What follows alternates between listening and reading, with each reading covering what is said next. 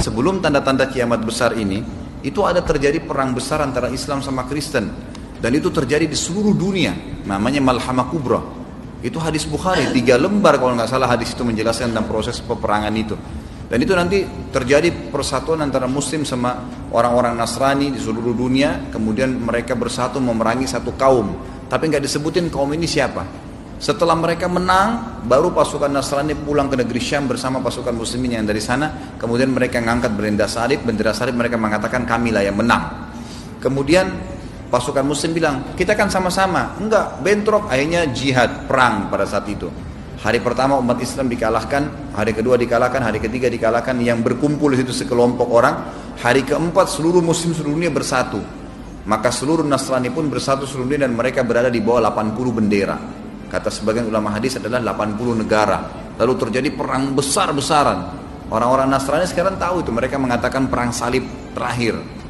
Mereka anggap perang-perang salib yang terjadi itu perang salib awal dan yang kedua bersama Salahuddin al-Ayyub dulu. Tapi yang terakhir ini perang salib besar. Ya. Makanya kan ada perusahaan-perusahaan itu. Yang pernah saya sampaikan di pengajian, banyak perusahaan-perusahaan Nasrani sekarang yang memang mereka tujukan, dibiayai oleh gereja, tujuannya untuk membiayai perang salib besar itu. Makanya cirinya mereka pakai lambang-lambang salib. Ya. Lambang-lambang salib. Saya mungkin terlalu vulgar kalau saya menyempatkan semuanya nama-nama perusahaannya, tapi Anda lihat saja simbol-simbol, selalu perusahaannya itu ada lambang-lambang salibnya. Pernah ada keluarga saya beli mobil, itu langsung saya ingatkan, hati-hati, mobil ini seperti ini, ada jam tangan sering ada tanda salibnya, semua itu, pedak pisau, apa segala, macam-macam yang dianggap kualitasnya bagus, itu semua produk-produk yang memang tujuannya untuk membiayai perang salib besar. Dan itu ada disebutkan dalam hadis kita nggak bisa tutup mata dengan itu. Dan itu Allahu alam berapa lama terjadinya dari sekarang, kita tidak tahu. Dia tidak tahu. Sekarang seperti prosesi pembangunan Ka'bah. Ini tanda-tanda hari kiamat terjadi kan ada, tapi tanda-tanda kiamat kecil. Kata Nabi SAW, semua gunung-gunung di Mekah akan dijebol dan dijadikan jalanan. Serta akan berdiri, tidak akan terjadi kiamat sampai berdiri di dekat Ka'bah. Ya, sebuah bangunan yang bernama Sa'ah. Sa'ah itu jam. Sekarang ada building jam. Sebagian ulama mengatakan itu bukan mustahil masuk dalam hadis. Gunung Umar dulu yang besar sekali dijebol dengan niat baik sebenarnya, tapi semua itu adalah ciri-ciri tanda-tanda kiamat. Ada tanda-tanda kiamat juga keluarnya gunung emas di Sungai Furat di Turki.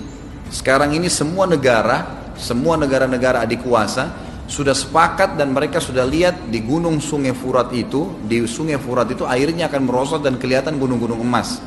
Kata Nabi SAW, jangan, kalau kalian lihat gunung emas itu, jangan kalian ikut-ikutan.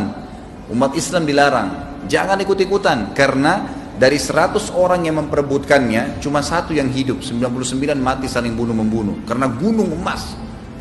Saya lihat, mungkin bisa dilihat di YouTube juga Pak ya, itu ada cuplikan tentang tanda-tanda hari kiamat gunung emas di Sungai Furat. Efrat namanya kalau di Turki itu. Ya, jadi itu bisa dilihat, itu sekarang sudah dilihat dan itu kalau diilustrasikan airnya turun semua, itu gunung-gunung emas itu bukan puluhan, mungkin ratusan. Makanya negara-negara pada berebut. Lalu kata sahabat, ya Rasulullah, kenapa masih ada orang Islam yang mau ikut-ikutan kalau begitu? Anda sudah sampaikan, tapi kenapa masih ada saja yang mau berperang? Ternyata ada umat Islam yang terlibat nanti di situ kan? Kata Nabi SAW, karena dia berharap dia yang satu yang hidup itu.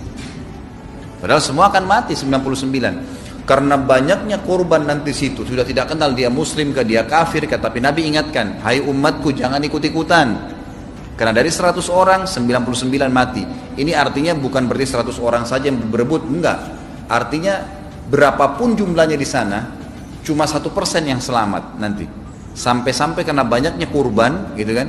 Semua dunia sudah berhenti berperang memperebutkan itu, maka akan lewat seorang pencuri. Kata Nabi SAW, yang dulu tangannya dipotong karena mencuri, maka dia melihat emas tersebut sampai mengatakan, celakalah kamu.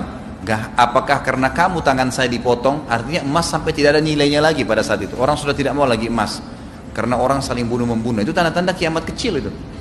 Itu belum masuk ke kiamat besar. Itu belum terjadi, gitu kan? Jadi penentuan waktu ditentukan tahunnya ini enggak tepat ya. Kalau kita lihat banyaknya kejadian-kejadian itu, Allahu a'lam.